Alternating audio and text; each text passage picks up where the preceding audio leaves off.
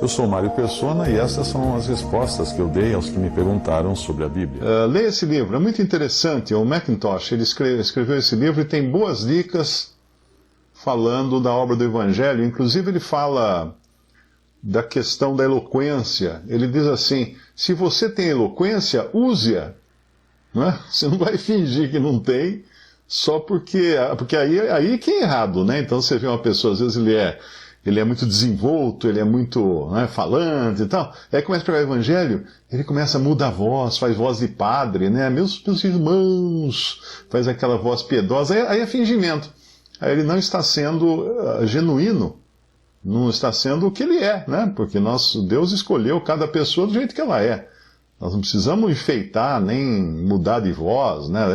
Tem muito disso nos pentecostais, esses pastores que mudam, faz voz rouca, faz uma voz meio gutural aí, parece que impressionar, né? Mas não é nada disso, a pessoa tem que falar do jeito que ela é.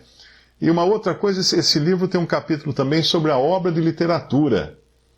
E ele diz que nas questões de literatura cristã, muitos trabalhos de literatura cristã deram errado, fracassaram, porque as pessoas tentaram santificar, né, a coisa.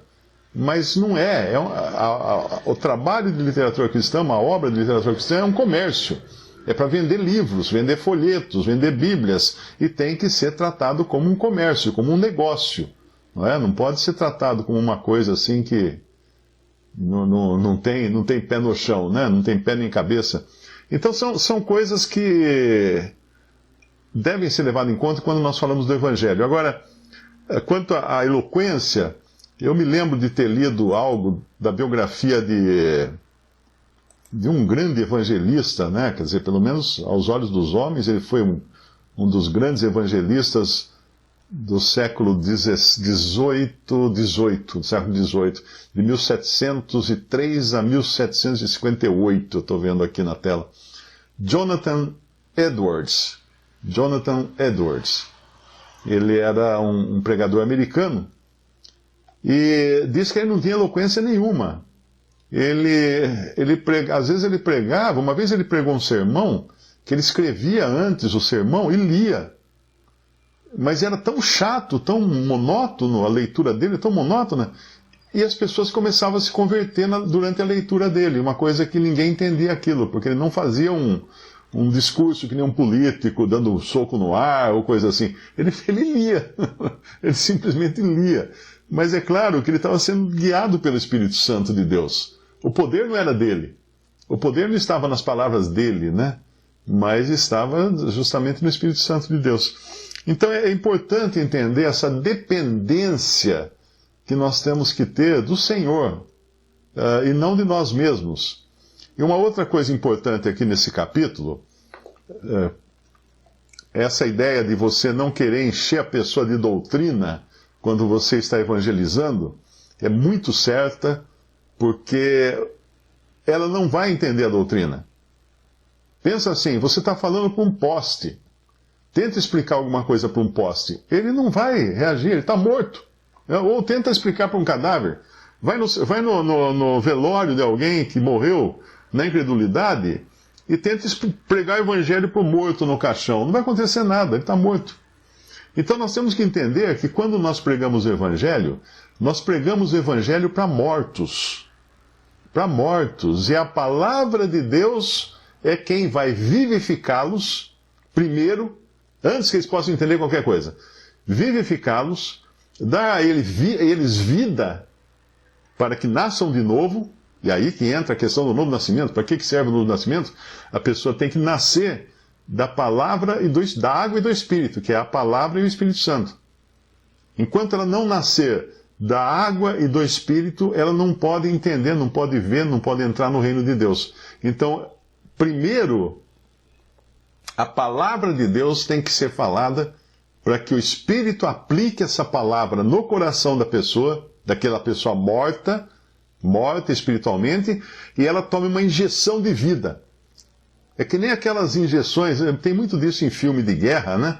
Os caras levam no bolso uma ampola assim, com uma injeção de adrenalina. E o sujeito toma um tiro lá, ou sofre um acidente, qualquer coisa, e está desfalecido, aí vem lá o outro soldado correndo, pega aquela injeção e dá no coração dele. Está com adrenalina no coração da pessoa. De repente o sujeito ressuscita, né? Toma um pulo assim, que aquilo vai, que é adrenalina direto no coração. Então, essa é a adrenalina da palavra de Deus, aplicada pelo Espírito Santo, é que vai dar vida para uma alma morta, para ela então agora despertar para os seus pecados, para a sua necessidade, porque o morto, ele não tem também, você fala para ele assim, não, você é pecador, você vai para o inferno, não sei o quê, porque para ele não faz diferença, ele não tem sentimentos, ele não tem sentimento. Pensa assim, um psicopata é uma pessoa que não tem sentimentos, ela não consegue sentir nada.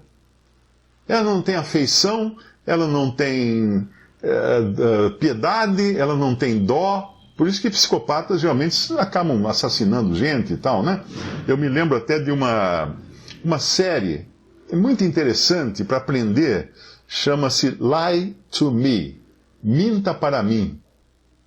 Série em nome em inglês, Lie to Me, Minta para mim. É um detetive que ele tem capacidade de identificar micro-reações, micro-feições, né, no rosto de uma pessoa para saber se ela está mentindo ou não. Então eles chamam ele sempre para interrogar os suspeitos, porque ele pode falar se está mentindo. E em toda a série só tem um cara que ele erra. E depois ele descobre que o cara era psicopata. Porque o psicopata não apresenta qualquer alteração de humor, de feições, de uma ruguinha que aparece no cantinho. Essas são as micro-feições, ou eu esqueci, tem um nome agora isso daí, que aparece no rosto que uma pessoa treinada consegue enxergar. Tem até um rapaz que tem um vídeo, um canal no YouTube, que ele só faz isso. Ele fica investigando os vídeos de pessoas famosas para dizer se a pessoa mentiu ou não. E ele vai explicando, aqui apareceu uma ruguinha assim, a boca dele está sorrindo de um lado só, isso é sinal de que está falando mentira, ele coçou o nariz, por exemplo, ele passou a mão na cabeça. Então tem uma série de sinais que demonstram que a pessoa... Mas no psicopata não consegue. Agora pense que quando você está pregando o evangelho para alguém, você não vai ter condições de mudar a maneira dele. Porque ele, aos olhos de Deus, ele é um psicopata, ele é uma pessoa sem sentimentos. Ele está morto. Morto aos olhos de Deus. Morto nos seus delitos e pecados. Mas quando vem essa injeção de adrenalina divina, que o Espírito Santo aplica através da palavra de Deus, pá, aí ele acorda. Agora é outra conversa. Agora ele sente o peso dos seus pecados. Agora ele sente a sua culpabilidade. Agora ele vai gritar, desventurado homem que sou, quem me livrará do corpo desta morte? Agora ele está sentindo isso. Então venha o evangelho puro, né? Como Paulo pregou para o centurião. Primeiro, o centurião era um homem nascido de novo, mas ele precisou escutar o evangelho lá, no capítulo 10 de Atos, com todos os pontos principais do evangelho que começam falando de quem é Jesus Cristo e terminam falando do juízo, porque Deus irá julgar, Deus escolheu um homem para julgar o mundo, né? Então você começa explicando quem é Jesus, passa pela cruz, foi morto, passa pela ressurreição, ressuscitou, e todo aquele agora que nele crê, tem a salvação assegurada. Isso está no capítulo 10 do livro de Atos. E eu ia falar mais alguma coisa a respeito disso. Então, enquanto a pessoa não tem vida, ela não vai entender patavina. Eu me lembro de uma jovem numa viagem de ônibus, eu falando para ela do evangelho, ela do meu lado no ônibus. Expliquei o evangelho, perguntei se ela sabia para onde ela ia. Acho que eu vou para o céu, né? Por que você vai para o céu? Porque eu sou uma pessoa boa, eu nunca matei, nunca roubei, nunca adulterei, nunca fiz nada errado. Sou uma pessoa muito boa, papapá. Falei, bom, então o evangelho é isso aqui, ó. Daí, todos pecaram, destituídos estão da glória de Deus, blá, blá, blá, blá, blá, blá, blá, blá. E é só pela fé em Jesus que você pode ser salvo. E agora, você sabe para onde você vai? Agora eu sei, eu vou para o céu. Ah, que legal. E por que você vai para o céu? Ah, porque eu sou uma pessoa boa, nunca fiz mal para ninguém. Ali eu percebi que você pode repetir 300 vezes o evangelho para uma pessoa, se ela ainda não tiver vida, ela não vai entender. Muito menos doutrina.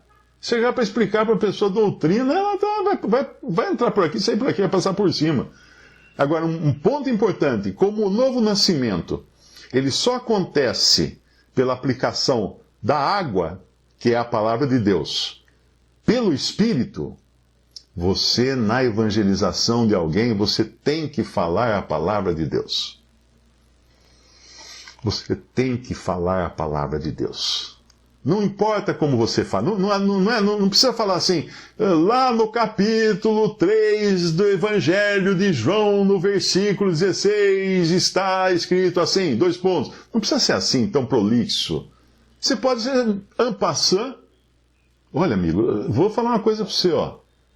Vou falar uma coisa para você. Deus amou o mundo de tal maneira que deu o Filho dele, unigênito, Jesus, para que todo aquele que nele crê não pereça, mas tenha a vida eterna. Pronto, eu falei, ele nem sabe que está na Bíblia isso. Mas não é para ele saber, não precisa ele saber. O Espírito Santo sabe. Então o Espírito Santo pega a palavra de Deus e injeta lá no coração dele para mudar ele agora, para ele ter vida. Então é muito importante entender isso, nunca se esqueça disso. Tem que ter a palavra de Deus costurada na sua conversa. Mesmo que você não cite versículo, eu até quando prego no salão, que faz tempo que eu não faço isso, né, nas reuniões, nós temos uma pregação do Evangelho aos domingos, e a pandemia parou tudo, né? Mas eu no começo, eu sempre falava assim, vamos abrir em Esdras capítulo... O visitante estava lá, ele nunca tinha visto uma Bíblia na vida. Ele não sabe nem que lado é o lado de cima, nem que é o lado de baixo, né? Aí eu ficava olhando, o cara está lá, ele começa em Gênesis, vai folheando até Apocalipse, ele volta até Gênesis, ele não vai achar nunca o capítulo e o versículo. Então eu passei a não falar mais.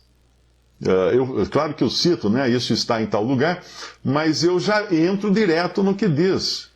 Eu já vou lá e falo assim, cito o versículo e falo assim, isso aí estava em João 3,16, ponto, ele não precisa ir lá.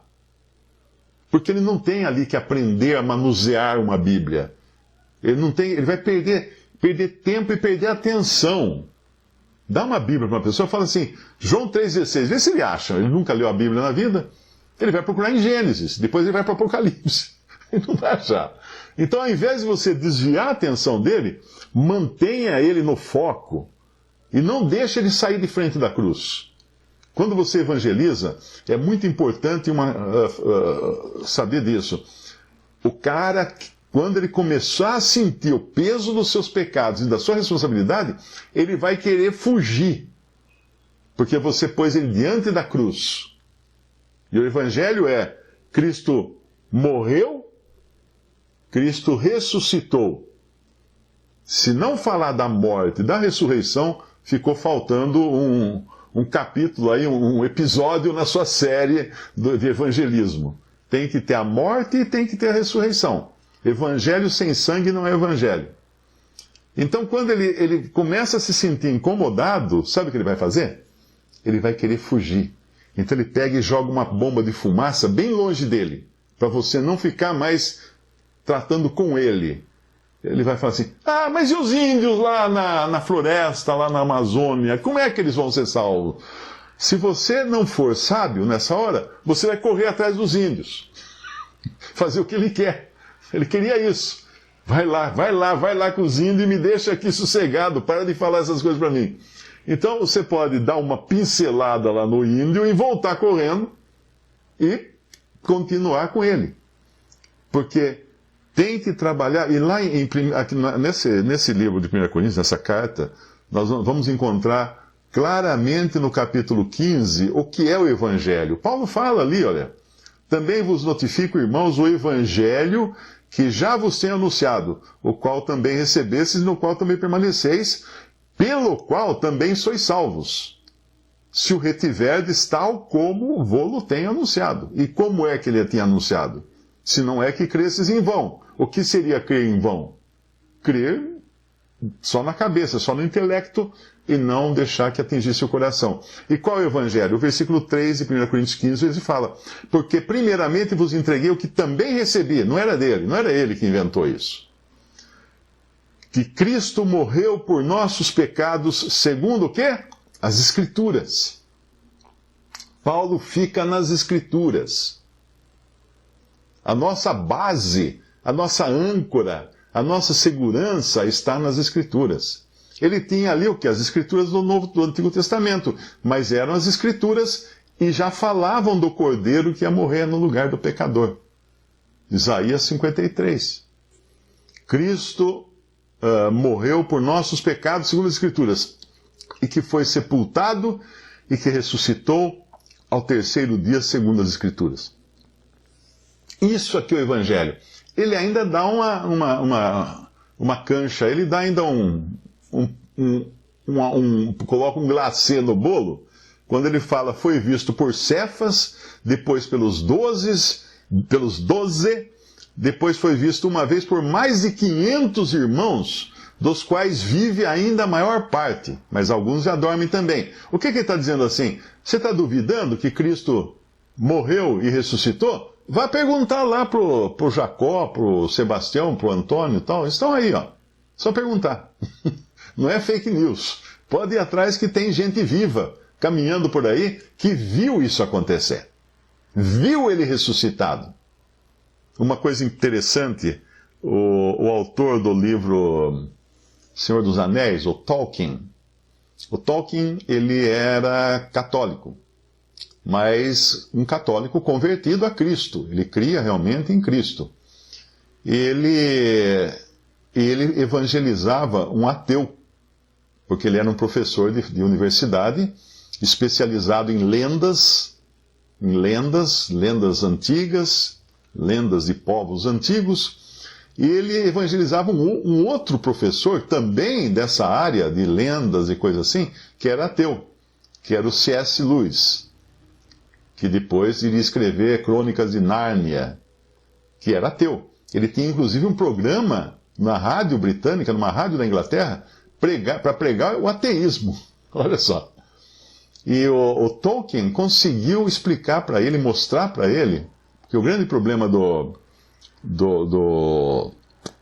C.S. Lewis era achar que o Evangelho era uma lenda. O Evangelho era uma lenda.